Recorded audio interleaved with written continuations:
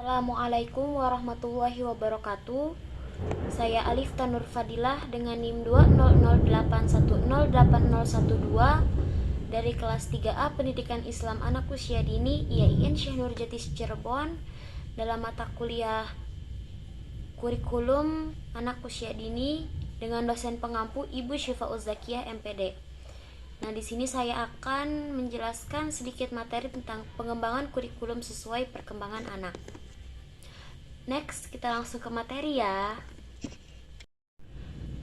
Materinya hakikat developmentally appropriate practice atau DAP. Yang pertama, konsep developmentally appropriate practice atau DAP. DAP merupakan program untuk melayani anak-anak dari lahir sampai dengan usia 8 tahun dan keluarganya. Konsep DAP pada intinya memiliki 3 dimensi yang memiliki keterkaitan satu sama lain, yaitu age appropriateness atau kesesuaian dengan usia, selanjutnya individual appropriateness atau kesesuaian dengan individu anak, dan yang terakhir social and culture appropriateness atau kesesuaian dengan sosial dan budaya anak. Nah, keterkaitan dimensi tersebut dapat kita lihat pada gambar selanjutnya nih ya, di slide selanjutnya.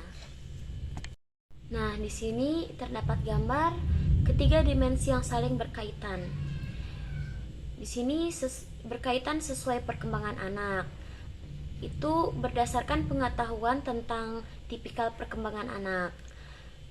Selanjutnya, sesuai sosial budaya, yaitu berdasarkan pengalaman belajar yang bermakna relevan dan respect. Selanjutnya, sesuai individu anak, berdasarkan pada pemahaman pertumbuhan, pola, kekuatan, dan pengalaman anak. Nah, dari gambar tersebut dapat kita tersimpulkan bahwa pada intinya DAP memberikan kerangka kerja bagi para pendidik agar memberikan layanan pendidikan yang berkualitas tinggi bagi setiap individu anak. Untuk itu, tepatnya para pendidik harus merencanakan, melaksanakan, dan menilai berbagai program pendidikan secara berkelanjutan agar selalu sesuai dengan kebutuhan perkembangan anak. Yang selanjutnya adalah prinsip-prinsip pengembangan DAP. Terdapat 5 area kunci yang dapat digunakan untuk membuat keputusan dalam pengembangan kurikulum berbasis DAP. Kelima area kunci yang dimaksud yaitu sebagai berikut. Nah, yang pertama adalah menciptakan komunitas peduli terhadap anak.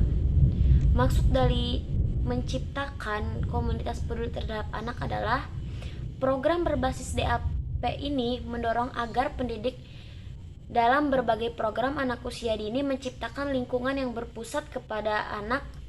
Semua program harus mendukung dan bernilai bagi semua anak tanpa memandang usia, kemampuan, jenis kelamin, ras, dan latar belakang etnis.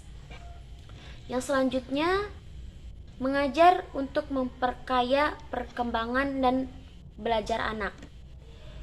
Maksud dari mengajar untuk memperkaya perkembangan dan belajar anak yaitu mengajar mengacu pada berbagai teori yang memberikan landasan bagaimana anak usia dini belajar. Mengajar anak usia dini berbeda dengan mengajar anak-anak yang sudah dewasa. Mengajar anak usia dini dikaitkan dengan menciptakan hubungan yang menantang pengalaman belajar. Bagaimana menciptakan pembelajaran yang mampu menstimulasi seluruh aspek perkembangan anak dan disiplin yang memperkuat anak-anak yang sedang belajar.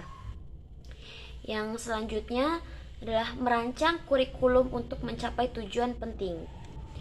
Nah, di sini DAP itu cenderung difokuskan pada bagaimana sih mengembangkan kurikulum yang mampu mencapai tujuan penting, terutama dalam menstimulasi seluruh potensi perkembangan anak.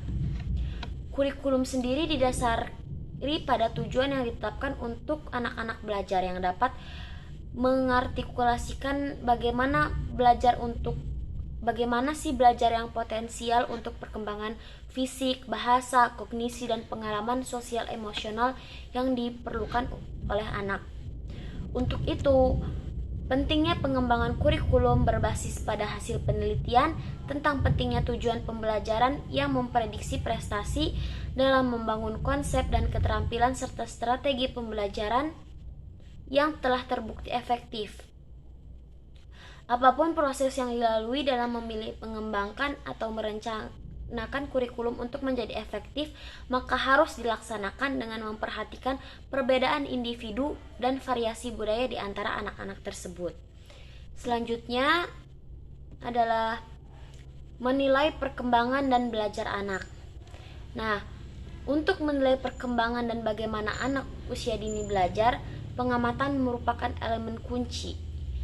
Di samping itu juga banyak model penilaian yang dapat diikuti oleh pendidik, sehingga melalui penilaian ini pendidik mendapatkan gambaran yang menyeluruh tentang perkembangan anak dalam semua aspeknya. Nah, pada dasarnya kelima area kunci yang menjadi perhatian DAP mempunyai keterkaitan satu sama lainnya. Keterkaitan tersebut menggambarkan pemberian layanan pendidikan yang berkualitas tinggi. Alasannya karena DAP adalah seperangkat pedoman yang menyarankan konten atau isi kurikulum dan dalam prakteknya memberikan layanan pendidikan yang sesuai dengan kebutuhan perkembangan setiap anak. Nah, mungkin hanya itu yang bisa saya sampaikan. Mohon maaf apabila terdapat kesalahan di waktu saya menjelaskan. Akhirul kalam, wassalamualaikum warahmatullahi wabarakatuh.